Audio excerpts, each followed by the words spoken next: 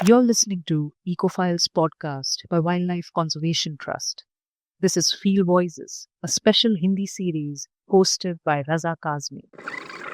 हम गांव में एफजीडी कर रहे थे which is basically focus group discussion और उस डिस्कशन का टॉपिक था ह्यूमन वाइल्ड लाइफ कॉन्फ्लिक्ट। वो डिस्कशन खत्म हो गई और एक औरत थी जो काफी एजिटेटेड थी और ऐसा मेरा हाथ पकड़ के खींच के लेके गई, अपना घर दिखाया। एक हिस्सा घर का बारिश में खराब हो गया था, दीवार गिर गई थी। उसने मुझे ना एक बायोगैस प्लांट दिखाया, उसका स्टव दिया है, बट वो बीच में पाइप देना भूल गए। तो बोली मैं कैसे इस्तेमाल करूं? फिर वो बोली मतलब वो गुस्से में बोली कि क्या मैं अपना हाथ काट के खाना बनाऊं? तो वो जो उसका गुस्सा था वो लाइक कि हाँ भाई ये बेसिक चीज है यार, कि तुमको खाना बनाने के लिए तुम्हारे पास कोई ऑप्शन नहीं है, तुमको लकड़ी पे ही डिपेंड करना है, तुम्हारे पास ऑल्टरनेटिव नहीं है। तुम मजे के लिए जंगल नहीं जा रहे हो, तुम जंगल जा रहे हो क्योंकि वही ऑप्शन है। नमस्कार, खुशामदीद। WCT के पॉडकास्ट इको फाइल्स की श्रृंखला फील्ड वॉइसेस में आपका स्वागत है। इस श्रृंखला में मैं हूं आपका मेज़बान रज़ा काज़मी। मैं एक वन्यजीव संरक्षक, लेखक, वन्यजीव इतिहासकार और कहानीकार हूं और WCT में संरक्षण संचारक के रूप में कार्यरत हूं। फील्ड वॉइसेस श्रृंखला में आप मिलेंगे संरक्षण के क्षेत्र में काम करने वाली उन शख्सियतों से जिनका काम तो अद्भुत है, लेकिन जो अमूमन हमेशा पर्दे के पीछे रहकर उन कार्यों को अंजाम देते हैं। चाहे वो धरातल पर कार्यरत फील्ड से जुड़े लोग हों या युवा वन्यजीव जीव विज्ञानी, संरक्षण समाजशास्त्री हों या व्यवहार मनोवैज्ञानिक, अर्थशास्त्री हों या वन्यजीव प्रौद्योगिकी विशेषज्ञ या अन्य संरक्षण कार्यों से जुड़े लोग जिनकी आवाजें हम अक्सर कम सुनते हैं। इस पॉडकास्ट श्रृंखला का हर एपिसोड आपको न सिर्फ ऐसे ही किसी अद्भुत व्यक्ति से मिलवाएगा, बल्कि आपको उनकी कहानी से प्रेरित भी करेगा।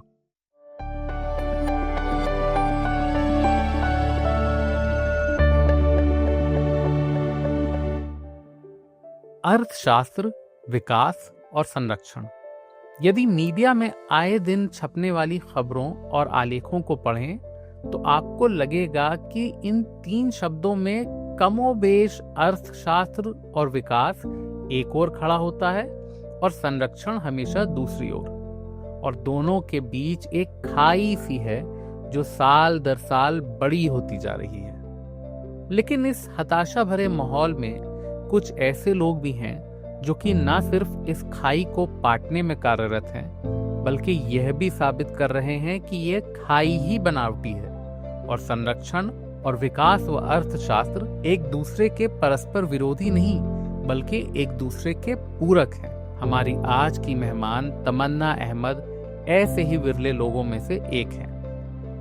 तमन्ना WCT के रेजिलिएंट फ्यूचर्स टीम के इम्प्लीमेंटेशन यानी कार्यान्वयन इकाई का नेतृत्व करती हैं। अर्थशास्त्र में अपनी डिग्री लेने के पश्चात एक CSR प्रोजेक्ट के लिए पेंच व्याघ्र आरक्ष जाने से उनके कार्य जीवन ने ऐसा नया मोड़ लिया जो उन्हें न सिर्फ संरक्षण के क्षेत्र में ले आया, बल्कि वन्यजीव संरक्षण, समुदायों, विकास, अर्थशास्त्र, समाजशास्त्र और मनोविज्ञान के समन्वय पर काम करने वाले गिने चुने भारतीयों की श्रेणी में ला खड़ा किया। यूनिवर्सिटी ऑफ शिकागो जैसे प्रख्यात विश्वविद्यालय में फेलोशिप से लेकर अजीम प्रेमजी विश्वविद्यालय से विकास शास्त्र में मास्टर्स और कई रिसर्च पेपर्स के लेखिका जैसे अकादमिक उपलब्धियों के परे उनका फील्ड का काम न सिर्फ अभूतपूर्व रहा है, बल्कि कई मायने में मील का पत्थर भी रहा है।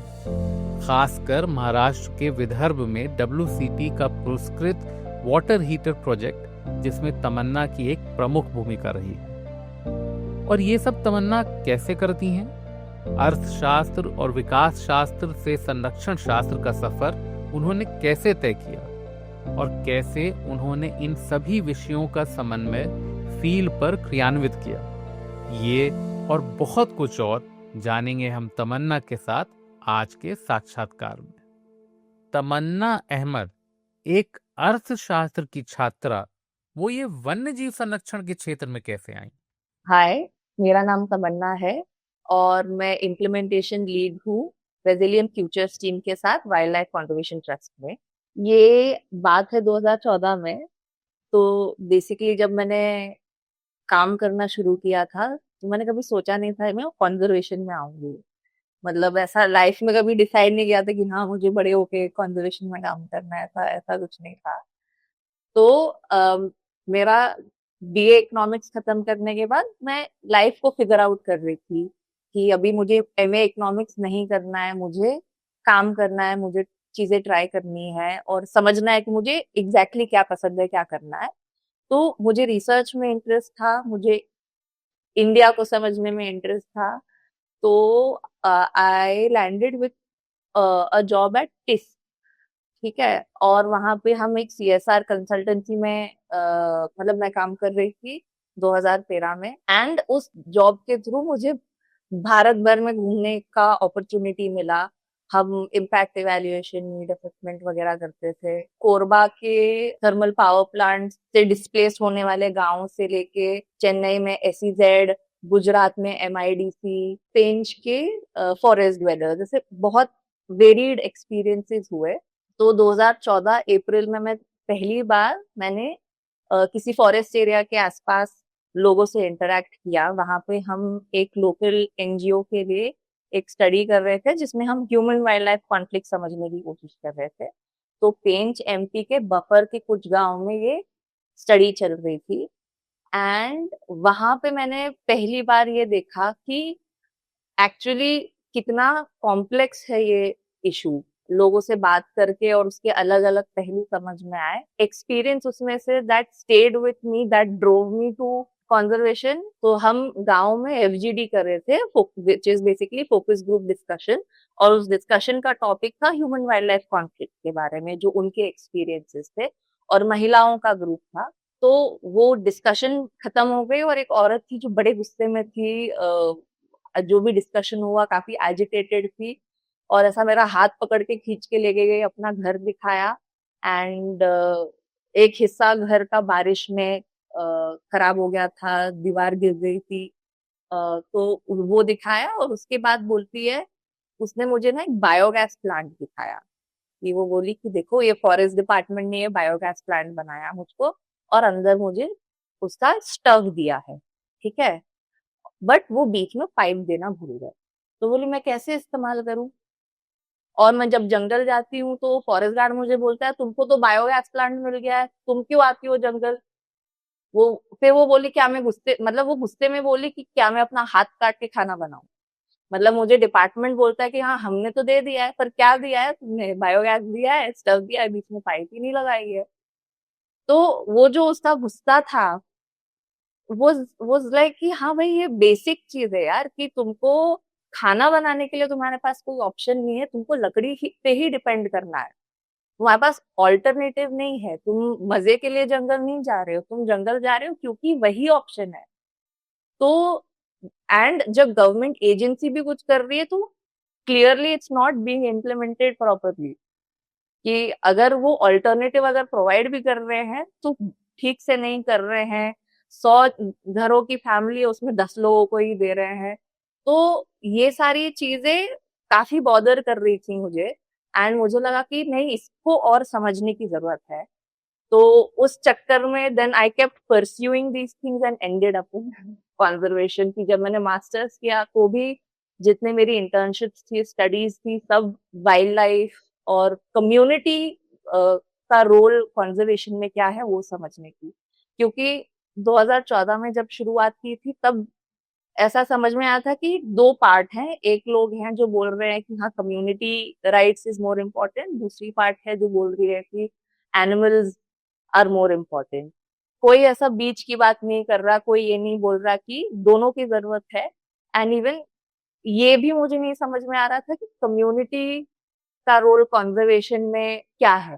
कि जो भी इंटरवेंशन देख रहे थे वो ऐसा था कि हाँ बाहर से कोई आ रहा है, उनको लग रहा है कि गांव के लोगों ने ऐसा करना चाहिए और वो कुछ करके जा रहे हैं, उससे लोगों का फायदा हो रहा है नहीं हो रहा है वो कोई नहीं देख रहा है।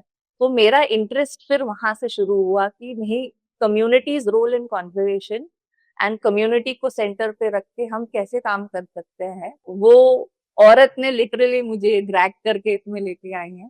क्या आई थिंक 11 साल हो गए उस बात को। तो अब इतने सालों के बाद हमने कुछ करते करते करते यहाँ तक पहुंचे हैं, 16,000 फैमिलीज तक पहुंचे हैं जिन्होंने नियरली 2.5 करोड़ रुपए कंट्रीब्यूट किए होंगे वाटर हीटर्स खरीदने में। तो यहाँ तक पहुंचे हैं, सोच के ही मुझे लगता है कि भाई जो चीज एक आइडिया से शुरू हुई थी, now it has come not full circle but in some sense full circle, कि कुछ कुछ तो कर पाए हैं एंड उस पे कुछ तो आगे बढ़ पाए हैं। तो शुरुआत इसी से करते हैं कि आप हमें ये समझाएं कि आपका रेजिलिएंट फ्यूचर्स टीम में क्या रोल है। इम्प्लीमेंटेशन में बेसिकली मेरा रोल ये है, जब हमने फॉर एग्जांपल जब शुरुआत की थी इंटरवेंशन डिजाइन करने से, तो उससे पहले हमने बहुत सारा डेटा इकट्ठा किया था, साइक का डेटा, इकोनॉमिक्स का डेटा, अलग अलग जो हमने डेटा कलेक्ट किया था सर्वे के फॉर्म में। वो डेटा से हमें जो फाइंडिंग्स आई थी उसका नेक्स्ट पार्ट था, फाइंडिंग्स के बेसिस में हमें ये समझ में आया कि फॉर एग्जांपल हमें वाटर हीटिंग पे काम करना है डेग्रेडेशन एड्रेस करने के लिए। तो नाउ एक बार जब फाइंडिंग हम आइडेंटिफाई कर लेते हैं, उसकी बाद की जो प्रक्रिया होती है कि अब हमने समझ में आ गया कि ये एरिया है जहां इंटरवेंशन करना, उसमें अब हम क्या करेंगे, किस तरीके से वो इंटरवेंशन होगा, कि वो इंटरवेंशन एग्जैक्टली किस फॉर्म में गांव में जाएगा, किस मोड में जाएगा, उसको हम कम्युनिकेट कैसे करेंगे, किन लोगों तक पहुंचाएंगे और कैसे पहुंचाएंगे, ब्रॉडली ये सारी चीजें आ जाती हैं। तो ये जो आप शोध के परिणामों को जमीनी स्तर पर कार्यान्वित करने की बात बता रही हैं, वो होता कैसे है? इसका कोई उदाहरण? वाटर हीटिंग वाले प्रोजेक्ट का एक उदाहरण लूं, तो उसमें जब हमने समझा कि ठीक है हमें वाटर हीटिंग पे काम करना है, तो उसमें अब कई तरह के पास टेक्नोलॉजीज अवेलेबल होते हैं। तो कौन सी टेक्नोलॉजी बेस्ट सूटेड होगी, आप कम्युनिटी वाटर हीटर्स लगाएंगे कि इंडिविजुअल यूनिट लगाएंगे, इंडिविजुअल अगर देंगे तो उसका डिजाइन कैसा होना चाहिए, डिजाइन हमने फाइनल कर लिया तो हम गांव में लोगों को फ्री में देंगे या उनसे एक कुछ उसका कुछ भाग कंट्रीब्यूशन लेंगे, हम कम्युनिकेट कैसे करेंगे उसके बारे में, क्योंकि वो भी एक बहुत इंपॉर्टेंट एस्पेक्ट होता है कि हम कोई भी चीज गांव में जा रहे हैं उनके साथ काम करने, कम्युनिटी के साथ काम करने, तो हम कम्युनिकेट कैसे कर रहे हैं और हमारे वैल्यूज क्या हैं उनके साथ काम करने के। हमारे लिए ये इम्पोर्टेंट है कि हम कम्युनिटी का ट्रस्ट बना के रखे, ट्रांसपेरेंसी रखे, जो भी काम करे उसमें उनको फायदा होना चाहिए। They have to be the centre of the intervention, ना कि हमें लगता है कि हम XYZ कर लें तो उससे उनको आसानी मिल जाए। कि हम ये भी कर सकते थे कि कम्युनिटी वाटर हीटर लगा दो तो उनको बड़ा फायदा हो जाएगा, एक ही बार में सबको मिल जाएगा। बट वो सारी चीजों के एडवांटेज डिसएडवांटेजेस समझना, तो कम्युनिटी के साथ कैसे एंगेज करना है, क्या फ्रेमवर्क्स में एंगेज करना है। अच्छा तमन्ना, तो आप बम्ब के ही उदाहरण से बताइए कि इस पूरे प्रोजेक्ट को आपने कैसे डिजाइन किया, क्या चुनौतियां आईं और क्या सीख मिली? बम्ब जो कॉन्सेप्ट है वो विदर्भ के लिए बहुत नया कॉन्सेप्ट था।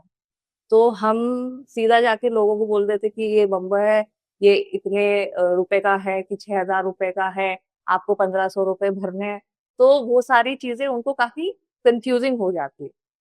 तो पहले ये इम्पोर्टेंट था कि उनको हम बताएं कि बम्ब होता क्या है, उससे उनको क्या फायदा होगा।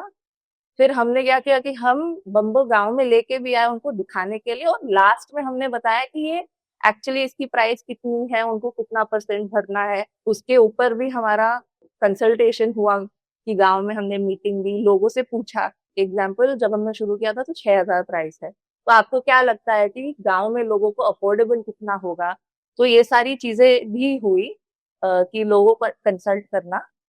तो इम्प्लीमेंटेशन में ये सारी चीजें काफी बारीकी से, लाइक हमने जितनी भी अभी तक प्रोसेस की है सब में हम बारीकी से हर चीज पे ध्यान देते हैं कि हम मैसेजिंग क्या कर रहे हैं, क्या बोल रहे हैं, वाटर हीटर का क्वालिटी क्या होगा, कि ऐसा ना हो कि 1-2 साल में इस्तेमाल करके वो खराब हो जाए फिर लोग वापस जंगल ही जा रहे हैं। तो ये सारी चीजें हमने देखी डिजाइन करते वक्त, बहुत मतलब बैक एंड फोर्थ भी हुआ कि हम गांव में जाके रहे टू अंडरस्टैंड कि उनकी वाटर हीटिंग प्रैक्टिसेस कैसी है, चूल्हा यूज करने की प्रैक्टिसेस कैसी है, LPG यूज करने की प्रैक्टिसेस कैसी है, तब जाके वो इंटरवेंशन डिजाइन हुआ।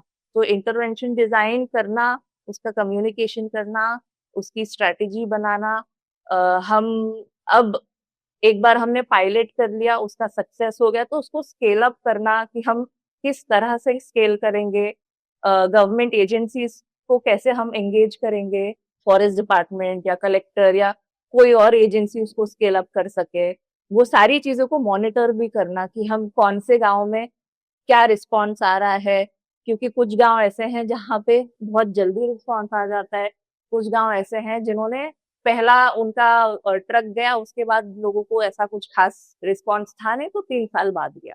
मतलब हमने जो पहले ट्रक्स किए थे उसमें दोनों एक्सपीरियंस आए कि एक गांव ऐसा था जो बहुत जल्दी अडॉप्ट कर गया, और एक गांव ऐसा भी था कि उनको लगा कि ठीक है, मतलब कुछ घरों ने लिया, उनको लगा बाद में ये तो फ्री में ही देंगे। वो भी एक्सपीरियंस आया। तो हर गांव को, एरिया को समझना, और वहां पे हम इम्प्लीमेंटेशन की स्ट्रैटेजी कैसे करेंगे कि अच्छा वो गांव जहाँ पे लोगों को इंटरेस्ट नहीं है तो हम अभी छोड़ देते हैं, कुछ समय बाद जाएंगे।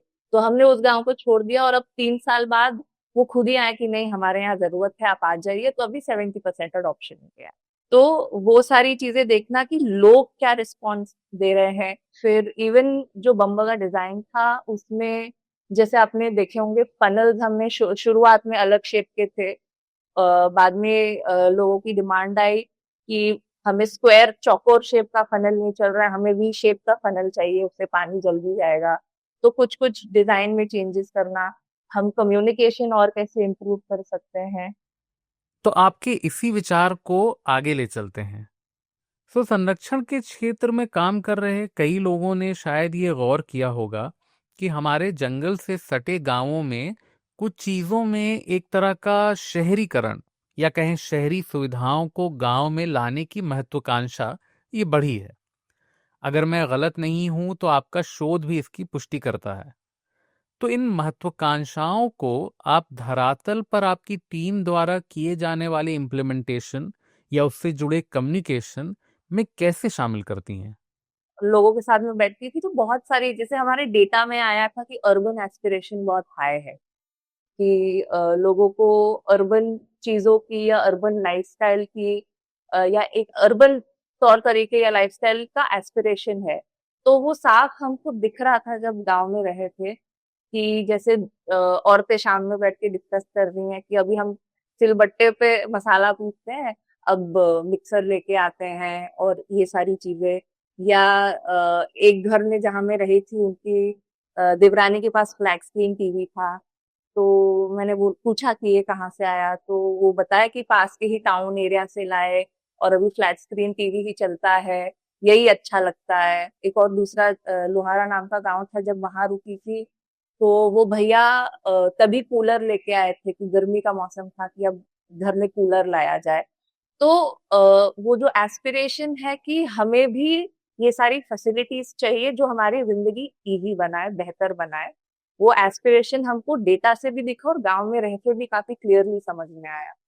तो जब हम कम्युनिकेशन हमारा कैंपेन डिजाइन कर रहे थे तो साइकोलॉजी का काफी डेटा इस्तेमाल हुआ कि कौन से कीवर्ड्स यूज करने चाहिए। भविष्याचा विचार जो हमने यूज किया है कि हम फैमिलीज में अपने फ्यूचर के बारे में सोचना, या गावाचा विचार की गांव के बारे में सोचना, द फैक्ट दैट कि ये बम्ब है उससे आपकी लाइफ या वाटर हीटिंग इजी हो जाएगा। जैसे हम अर्बन एरियाज में कोई भी अप्लायंस खरीदते हैं, कोई भी सामान खरीदते हैं, तो यही सोच के खरीदते हैं भाई इससे मेरी लाइफ सिंपल हो जाएगी, इजी हो जाएगी।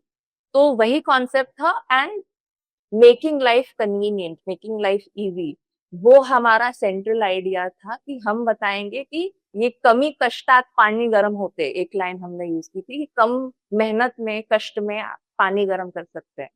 तो उसमें सारी चीजें आ गई कि आप लकड़ी जाके लाना, चूल्हा जलाना, चूल्हे की धुआं फेस करना, या जितना समय जाता है पानी गर्म करने में। तो पूरा हमारा जो मैसेजिंग था वो सेंट्रल अराउंड था कि making life easier for women, main, everyone. उसमें हमने साइकोलॉजी के पॉइंट ऑफ व्यू से फेमिनिनिटी एक कॉन्सेप्ट होता है विच मीन्स बेसिकली केयरिंग, तो उसके एस्पेक्ट्स यूज किए। लॉन्ग टर्म ओरिएंटेशन होता है जो बेसिकली ये बोलता है कि आप भविष्य के बारे में सोचते हैं, लंबा सोचते हैं। तो ये सारी चीजों को इन्वोक करने वाले शब्द इस्तेमाल किए थे हमने। और ये भी हमने बहुत माइंडफुली नहीं इस्तेमाल किया कि हम जंगल के बारे में नहीं बात करेंगे, हम जानवरों के बारे में नहीं बात करेंगे, क्योंकि मतलब वो जंगल जानवर के आसपास रहते हैं, they have a certain relationship with the forest. लोग आते हैं और लोग जंगलों के बारे में ही बचाने के लिए करते हैं या जानवरों को ही बचाने के लिए करते हैं। बट हम चाहते थे कि उनको ऐसा ना लगे कि हम उसके लिए कर रहे हैं या सिर्फ उसके लिए कर रहे हैं। हमारा फोकस ये था कि कम्युनिटीज के ऊपर का जो प्रेशर है वो कम कर दे, उनकी लाइफ थोड़ी सिंपल कर दे, तो शायद जंगल पे भी प्रेशर कम हो जाएगा। एंड वो मैसेज हमको उन तक पहुंचाना था। तो हमने वाइल्ड लाइफ और फॉरेस्ट के बारे में ज्यादा बातें ना करते हुए ये उनकी लाइफ कैसे इजी करेगा उसके बारे में बात किया। ये बहुत दिलचस्प बात कही आपने कि आपके कम्युनिकेशन का फोकस सीधे सीधे जानवर और जंगल की बात नहीं करना था, बल्कि लोगों में यह विश्वास दिलाना था कि आप उनकी बेहतरी के लिए काम करना चाह रहे थे। और शायद ये हुआ भी, जिस प्रकार आपका वाटर हीटर यानी बम्ब इतना सफल प्रोजेक्ट बनकर सामने आया है। लेकिन सफलता एक दिन में तो मिलती नहीं। तो जरा बताइए कि शुरुआती दिन कैसे थे इस प्रोजेक्ट से जुड़े हुए, और कब आपको लगा कि आपने लोगों का मन साध लिया है, और वर्तमान में क्या स्थिति है इस प्रोजेक्ट की? जब हमने प्रोग्राम को पायलट किया था 2019 में, तब हमने मैन्युफैक्चरर के पास डरते डरते 400 वाटर हीटर्स का ऑर्डर डाला था कि भाई अभी हम ये ट्रायल कर रहे हैं। और हमें तब पता नहीं था कि पता नहीं मतलब इसका क्या रिस्पॉन्स आएगा, क्या बोलेंगे लोग, एक्सेप्ट करेंगे नहीं करेंगे। मुझे याद है कि जब हमारा पहला ही ट्रक आया, उसके ऊपर जो रिस्पॉन्स मिला लोगों का, वहां से शुरुआत हुई कि और भी गांव जुड़ते गए, आते गए। जैसे जैसे हमने 2 3 4 और गांव बढ़ाए, हमारा पहला ट्रक 153 वाटर हीटर्स का था। और उसके बाद मतलब वैसे ही 150 180 के आसपास हमने 3 4 ट्रक्स कर लिए। तब तक हमें समझ में आ गया था कि कुछ तो मतलब हलचल हो रही है, कुछ तो हो रहा है। तब समझ में आया कि जब मुझे सामने से लोगों का फोन आने लगा। इनिशियली इट वाज हम जा रहे थे गांव में, लोगों को बम्ब के बारे में बता रहे थे कि ये है, इससे क्या होगा। अब लोग हमको फोन करके बोलने लगे थे कि भाई आप बम्ब दे दीजिए, जंगल में बहुत टाइगर है, हम कैसे जंगल में जाएंगे और इतनी दूर से लकड़ी लाते हैं, हमको बूढ़े लोग हैं, हमको बहुत जरूरत है। तो जबकि हमने जंगल जानवर वो सब तो कम्युनिकेशन में डाला भी नहीं था। तो तब हमें समझ में आने लगा कि हाँ, कि एक्चुअली लोग एक्सेप्ट कर रहे हैं। इनफैक्ट एक पॉइंट तक चला गया था जब लोगों ने चिट्ठी लिखना शुरू कर दिया था डीएफओ को कि हमारे गांव में लेके आइए, फॉरेस्ट के फंड से लेके आए। काफी लोगों ने डीएफओ को चिट्ठी लिखी। एंड तब जाके हमको लगा कि अभी इसको स्केल अप की जरूरत है। फॉरेस्ट डिपार्टमेंट के साथ भी हमने सेंट्रल चांदा में, ब्रह्मपुरी डिवीजन में around 1000 water heaters forest department के थ्रू श्यामा प्रसाद जनवन विकास योजना है वहां किया। और आज की डेट में चंद्रपुर डिस्ट्रिक्ट में 16,000 घरों के पास वाटर हीटर्स पहुंच गए हैं। लगभग 130 गांव से ज्यादा में वाटर हीटर्स पहुंच गए हैं। एंड इनफैक्ट और भी मतलब बहुत सारे गांव हैं जहाँ पे कॉन्फ्लिक्ट की भी काफी सिचुएशन हाई है। हमको गांव से भी कॉल आते हैं, सरपंच के कॉल आते हैं, गार्ड्स आरएफओ के भी कॉल आते हैं कि आप इस एरिया में आए, हमारे एरिया में आए, यहाँ पे भी कॉन्फ्लिक्ट की सिचुएशन काफी हाई है और काफी जरूरत है लोगों को कि अब ये आई कैन से कि the project has taken a life of its own. And it is very very मतलब हम सभी के लिए काफी इमोशनल है, क्योंकि हमने जब काम शुरू किया था तो एक आइडिया था कि हम साइंस यूज करके और अच्छा अच्छा साइंस यूज करके कुछ डिजाइन करके करेंगे, बट इस स्केल तक पहुंचेंगे हमने भी शायद सोचा नहीं था। मैं कल्पना कर सकता हूं कि कितना भावुक होता होगा इस प्रकार की मेहनत को आखिरकार रंग लाते देखना। तो क्या ये वाटर हीटर प्रोजेक्ट अब विदर्भ के बाहर भी ले जाने की योजना है? ये प्रोजेक्ट अब हम जैसे वेस्टर्न घाट्स में दोड़ा मार्ग वाला जो एरिया है, राधानगरी वाइल्ड लाइफ सैंक्चुरी के नीचे on the Maharashtra Goa border, तो वहां पे भी हमने डेटा कलेक्ट किया। हमें वहां भी समझ में आया कि वाटर हीटिंग के लिए इंटरवेंशन की जरूरत है। वहां भी हमें डेटा से समझ में आया कि कुकिंग के लिए लोग एलपीजी यूज कर रहे हैं, सम एक्सटेंट की भाकरी वगैरह बनाने के लिए चूल्हा यूज करते थे, बट वाटर हीटिंग लार्जली उनका चूल्हे पे हो रहा है और साल भर हो रहा है। तो ये अभी हमें डेटा से समझ में आएगा, तो हम वहां पे भी एक पायलट शुरू कर रहे हैं। एंड एज वी स्पीक हमारा कल ही इनफैक्ट मतलब वहां पे इंटरवेंशन रोल आउट चल रहा है, अभी मीटिंग डेमोज सब होने वाले हैं। वो एक एरिया है जहाँ पे हम नई तरह से वाटर हीटिंग की शुरुआत कर रहे हैं। कान्हा पेंच कॉरिडोर में भी अभी हम डेटा कलेक्शन फेज में है। जैसे हमने ब्रह्मपुरी वाले चंद्रपुर वाले एरिया में शुरुआत की थी डेटा कलेक्ट करने से, वैसे ही कान्हा पेंच कॉरिडोर में भी अब डेटा कलेक्शन हो गया है। अभी हम एनालिसिस कर रहे हैं, देख रहे हैं कि वहां पे क्या नीड है। और आपने मुझे बताया था कि आपकी टीम आपके संरक्षण संचार के काम के लिए नुक्कड़ नाटक का भी सहारा लेती है, तो जरा इसके बारे में और बताइए। चंद्रपुर के जो लैंडस्केप में एक और प्रोग्राम किया था, इट वाज एन एड्यूटेनमेंट प्रोग्राम। यहाँ पे प्लेस का कल्चर काफी ज्यादा है। तो अभी कैसा हो गया है कि कुछ साल पहले हमारा एक एड्यूटेनमेंट प्रोग्राम डिजाइंड था कोविड से पहले, पर कोविड की वजह से वो ज्यादा हम रोल आउट नहीं कर पाए। तो वो प्ले के फॉर्मेट में और कुछ एड्यूटेनमेंट के फॉर्मेट में कि मैजिक शो डाला हुआ था, कॉमेडी डाला था, ड्रामा वगैरह डाला था। बट वो प्ले में हम बात कर रहे थे कॉन्फ्लिक्ट के बारे में। जो लोगों को गुस्सा लगता है कि जानवर आके उनके खेत नुकसान कर देते हैं, लोगों को अटैक करते हैं, उनके गाय बैलों को अटैक करते हैं, उसके बारे में था। और बेसिकली उसमें मतलब एक राजा होता है, प्रधान होता है, गांव के लोगों का कैरेक्टर होता है, और वो भी डुअलिटी दिखाई है कि अर्बन लोग आते हैं सेल्फी खिंचाने, टाइगर के साथ टाइगर देखने आते हैं, पर ऑन दी अदर साइड गांव के लोगों का टाइगर के साथ क्या रिलेशन है, गुस्सा भी है, प्राइड भी है। तो वो सारे एस्पेक्ट्स दिखाए थे और कॉन्फ्लिक्ट के बारे में भी बात किया था। लगभग 2-2.5 घंटे का एक प्ले डिजाइन था जहाँ पे हमने लोकल आर्टिस्ट यूज किए थे, और लगभग 40 गांव में हमने पिछले साल ट्रायल किया था। उसका भी काफी अच्छा रिस्पॉन्स आया था, और हमें लगा कि अभी हम ऐसे स्टेज पे पहुंच गए हैं कि हमने गांव में कुछ काम किया है। जैसे तुम हम ये नहीं चाहते थे कि बिना गांव में कुछ काम किए हम जाके भाषण दे, लोगों को अवेयरनेस क्रिएट करें, क्योंकि अवेयरनेस की जरूरत नहीं है। लोगों को पता है, उनके आसपास जंगल है, उनके पास आसपास टाइगर है, क्या करना चाहिए क्या नहीं करना चाहिए उनको ऑलरेडी पता है। तो हम जाके कुछ उनको नया नहीं बता सकते हैं। हम ये बता सकते हैं कि फॉर एग्जाम्पल अगर लोग बोलते हैं कि यहाँ से टाइगर को हटा दो, ठीक है, तो अगर टाइगर को हटा दिया तो उसके इकोलॉजिकल इम्प्लीकेशन क्या होंगे, कि आपके हर्बीवोर और बढ़ेंगे, आपके क्रॉप्स को और नुकसान होगा। तो उन सब चीजों के बारे में बात कर सकते हैं। इतने सारे गांव में हमने बम्बा का काम किया, लोग हमको ऑलरेडी जानते थे, एक अच्छा रैपो बन गया है, रिलेशन बन गया है, ट्रस्ट बिल्ड हो गया है।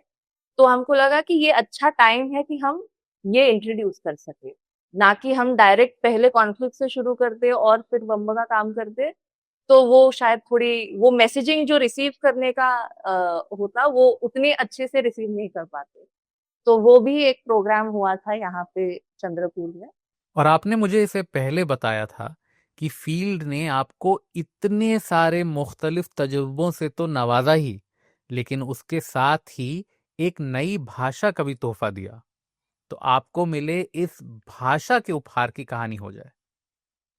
तो जब मैंने चंद्रपुर में यहाँ WCT के साथ काम करना शुरू किया, तब मुझे मराठी में बात करना ज्यादा आता नहीं था। मैं भले ही मुंबई में पली बड़ी हूँ, मराठी समझ लेती हूँ, लेकिन बोलने की प्रैक्टिस नहीं थी मैंने। मैंने मतलब स्कूल में मराठी पढ़ी थी, पर बोलने की प्रैक्टिस ज्यादा हुई नहीं थी।